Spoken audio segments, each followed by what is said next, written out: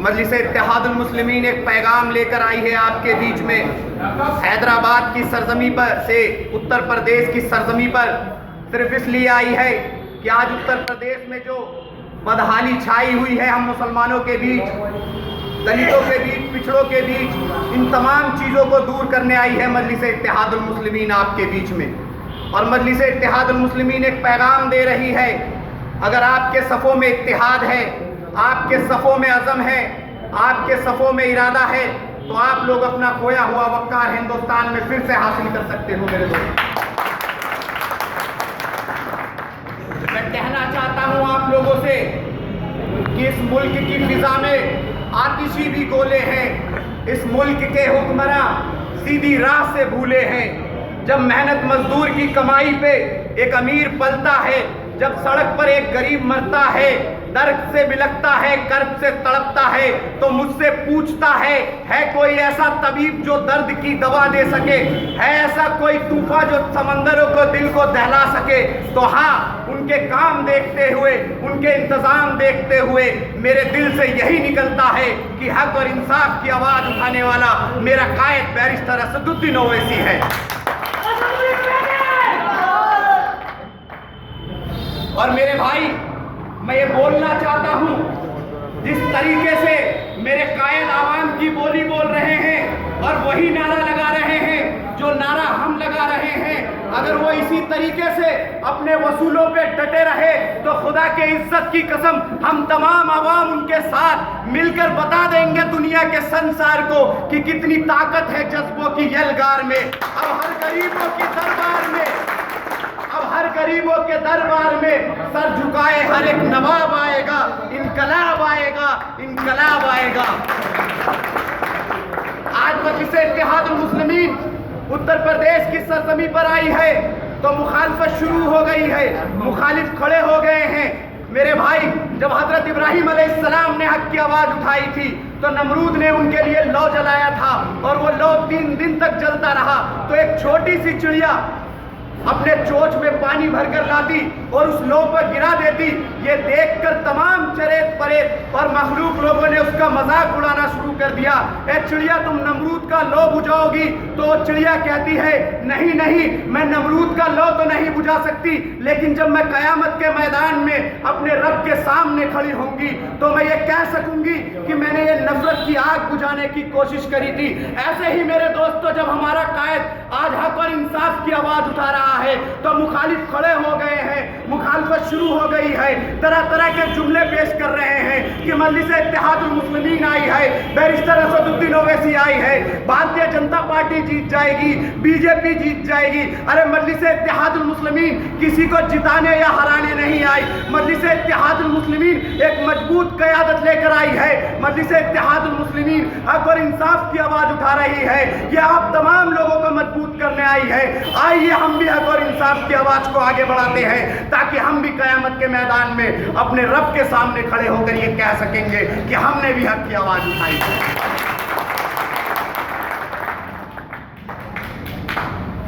70 साल हो गए मेरे दोस्तों हमारी आज़ादी को, और इन 70 सालों में हमें क्या मिला?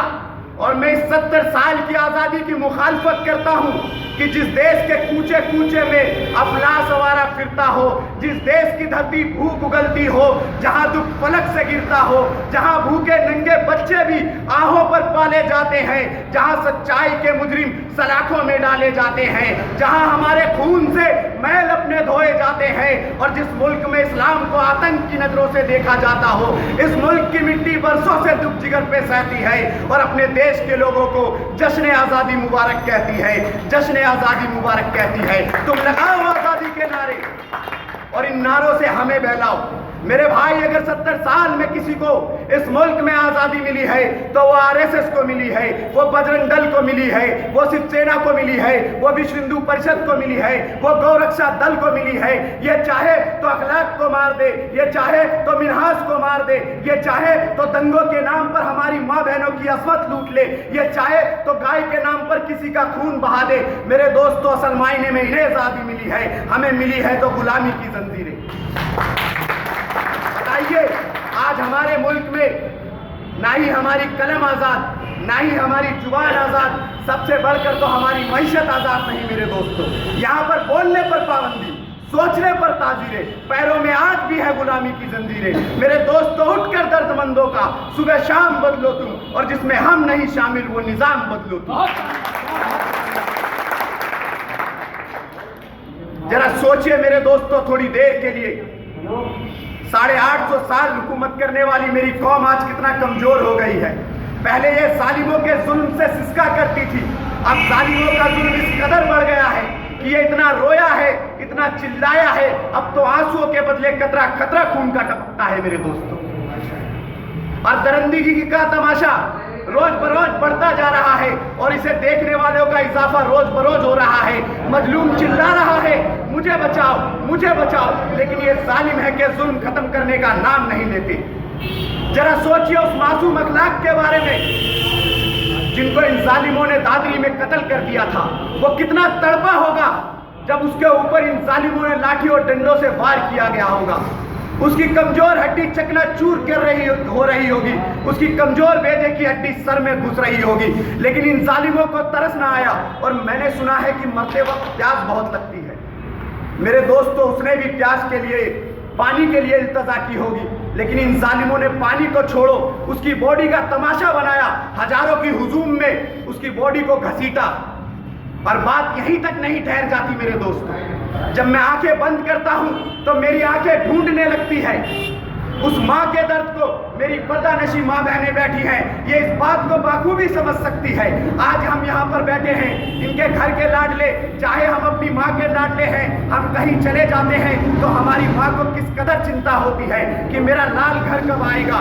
उस माँ का दर्द क्या होगा जिसके सामने उसके बेटे का कत्ल कर दिया गया होगा, उसको लहूलुहान कर दिया गया होगा। उस बेटी का दर्द क्या होगा जिसके सामने उसके बाप का कत्ल कर दिया गया होगा। और वो बेटी चीख चीख कर कह रही होगी कि अब्बा तुम तो मेरी डोली उठाने वाले थे, अब मैं तुम्हारा जनाजा कैसे उठाऊं। मेरे दोस्तों उस भाई का दर्द क्या होगा जिसके सामने उसकी बहन की इज्जत और अजमत लूट ली गई होगी। उस बाप का दर्द क्या होगा जिसके सामने उसके औलाद का जनाजा पड़ा होगा और उसे कंधे पे लिए डोल रहा होगा। यूं कब तक हम मातम मनाते रहेंगे, यूं कब तक अपनों को खोते रहेंगे। आइए ऑल इंडिया मजलिस इत्तेहाद मुस्लिमीन, मेरा कायद आपका कायद आपको आवाज दे रहा है, इस मंच पर बुला रहा है हक और इंसाफ की आवाज बुलंद करने के लिए। मेरे दोस्तों बताइए आप हक और इंसाफ की आवाज उठाएंगे ना? एक मजबूत क़यादत के साथ जुड़ना है आपको, और उत्तर प्रदेश में वो मजबूत कायद मेरा कायद बैरिस्टर असदुद्दीन ओवैसी है। आज उत्तर प्रदेश में थोड़े दिन पहले एक फिल्म रिलीज करी गई, फिल्म का नाम था साइकिल किसकी। फिल्म का नाम रखा गया साइकिल किसकी। पापा बोला बेटा मैं चलाऊंगा, बेटा बोला पापा मैं चलाऊंगा, चाचा बोला भतीजे मैं चलाऊंगा, और भतीजा बोला नहीं चाचा मैं चलाऊंगा। और ये तमाशा चलता रहा, उत्तर प्रदेश की आवाम को बरगला दिया। अब इस मोड़ पर आकर खड़े हो गए, अब जो पापा साइकिल चलाएंगे वही बेटा साइकिल चलाएगा, और जो बेटा साइकिल चलाएगा वही पापा साइकिल चलाएगा। और मेरे दोस्तों अब नारा लग गया कि साइकिल को मिल गया हाथ का साथ।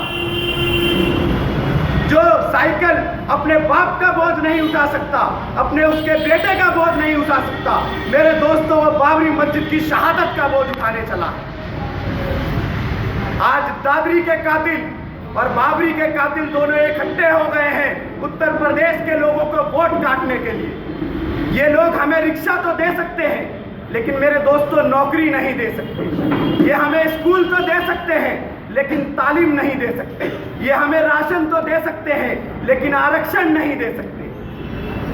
इस हाल पर खड़ा कर दिया है हमें उत्तर प्रदेश में कि आज आपके बच्चे एजुकेशन में इतना पीछे जा चुके हैं कि तालीम और इल्म इतने पीछे जा चुके हैं। वहीं हैदराबाद की सरजमी पर मेरे कायद बैरिस्टर असदुद्दीन ओवैसी ने तालीम के लिए, एजुकेशन के लिए इतना मजबूत कर दिया है हैदराबाद को कि हैदराबाद के बच्चे पढ़ लिख कर बाहर निकलते हैं और वो हैदराबाद का नाम रोशन करते हैं। जब आपके उत्तर प्रदेश के बच्चे भी पढ़ लिख कर बाहर निकलेंगे मेरे दोस्तों, तो वो भी आपके मुल्क का नाम रोशन करेंगे, आपके घर का नाम रोशन करेंगे, अपने बाप का नाम रोशन करेंगे, अपनी माँ का नाम रोशन करेंगे मेरे दोस्तों। तो ये जब हो सकता है जब आप तमाम लोग मजलिस इत्तेहादुल मुस्लिमीन के साथ मिलकर एक मंच पर खड़े होकर मजलिस इत्तेहादुल मुस्लिमीन का साथ देंगे, हाजी शहाबुद्दीन साहब को भारी बहुमतों से जिताएंगे, तब हाजी शहाबुद्दीन साहब असेंबली में जाकर आप तमाम लोगों के हक और इंसाफ की बात करेंगे, आपके एजुकेशन की बात करेंगे,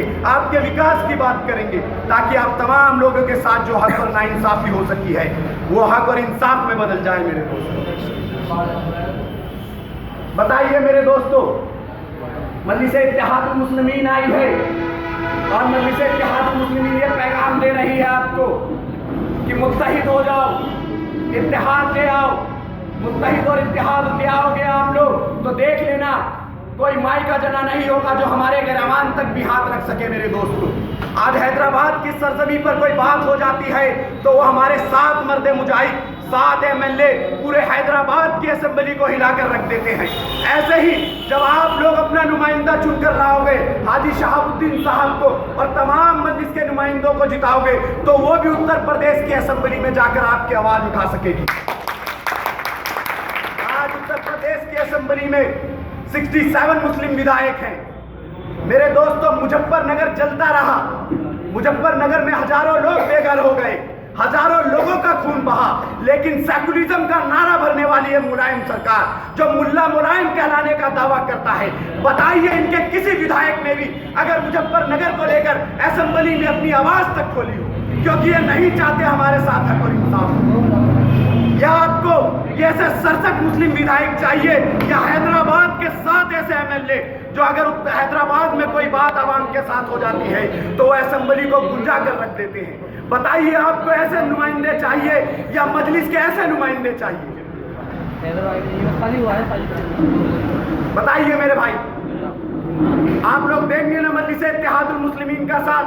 आपके जज्बे को अभी वक्त है, ये भीड़ तादादों में बदल जाएगी, हमारे पीछे पूरा कारवां चलेगा जब आप लोग मुत्तहिद हो जाएंगे, मजलिस का दावत घर घर में जाकर देंगे।